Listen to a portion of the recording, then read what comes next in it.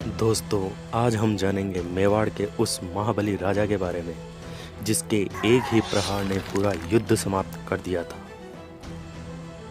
जानेंगे पूरा घटनाक्रम, लेकिन उससे पहले आप सभी का दिल से धन्यवाद कि आपने महाराणा सांगा वाले इस वीडियो को बहुत प्यार दिया। तो चलिए दोस्तों, शुरू करते हैं। ये बात है अक्टूबर 1582 की, जब मेवाड़ पर महाराणा प्रताप का शासन हुआ करता था तथा हिंदुस्तान पर अकबर का।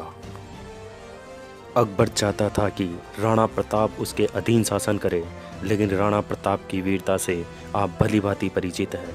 1576 में हल्दी घाटी के युद्ध में राणा प्रताप ने अकबर को मुंह तोड़ जवाब दिया था। लेकिन इस युद्ध के बाद अकबर ने कुंभलगढ़ के किले पर कब्जा कर लिया था। इसे आज़ाद कराने के लिए ही महाराणा प्रताप ने 1582 में मुगलों पर जबरदस्त आक्रमण किया। दिवेर नामक स्थान पर दोनों सेनाओं में युद्ध हुआ, इसीलिए इस युद्ध को दिवेर का युद्ध भी कहते हैं। उस समय किले का सूबेदार अकबर का चाचा शेरमां सुल्तान खां था। युद्ध के दौरान सुल्तान खां की भिड़ंत अमर सिंह से हो गई।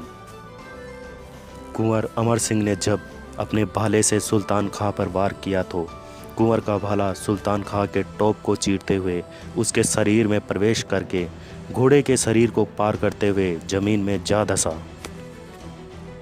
इस प्रहार से सुल्तान खां और घोड़ा दोनों स्टेचू बन गए और जिसने भी ये मंजर देखा उसकी आंखें फटी की फटी रह गई। कुंवर अमर सिंह का रौद्र रूप देखकर मुगल सेना भाग खड़ी हुई और राणा प्रताप की विजय हुई। दिवेर विजय की ख्याति पूरे राजपूताना में फैल गई। इसके बाद राणा ने पीछे मुड़कर नहीं देखा तथा मेवाड़ भूमि के काफ़ी हिस्से को मुगलों से आज़ाद करा लिया। कर्नल टोड ने इस युद्ध को मेवाड़ का मैराथन कहा।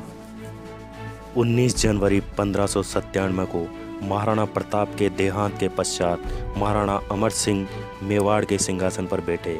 इनका राज तिलक चावंड में किया गया।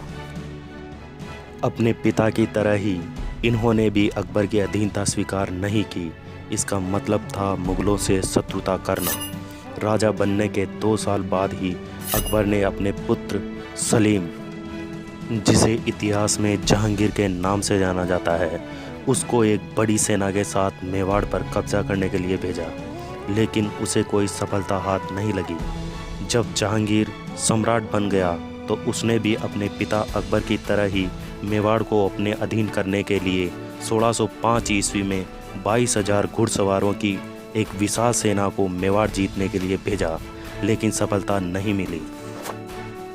इसी तरह 1608 में महाबत खां, 1609 में अब्दुल्ला, 1612 में राजा बासु, 1613 में खुर्रम, जो बाद में शाहजहां के नाम से जाना गया, को मेवाड़ जीतने के लिए भेजा।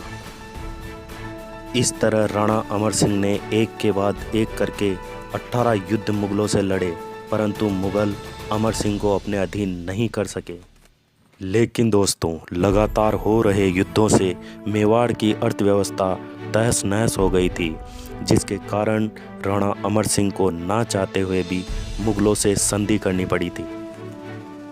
1615 में मुगल मेवाड़ संधि के बाद अमर सिंह ने राजपाट अपने पुत्र कर्ण सिंह को सौंप दिया और बोझिल मन से एकांतवास में चले गए, जहां 26 जनवरी 1620 को उनकी मृत्यु हो गई। वो पहले राजा थे जिनकी छतरी आहड़ में बनाई गई।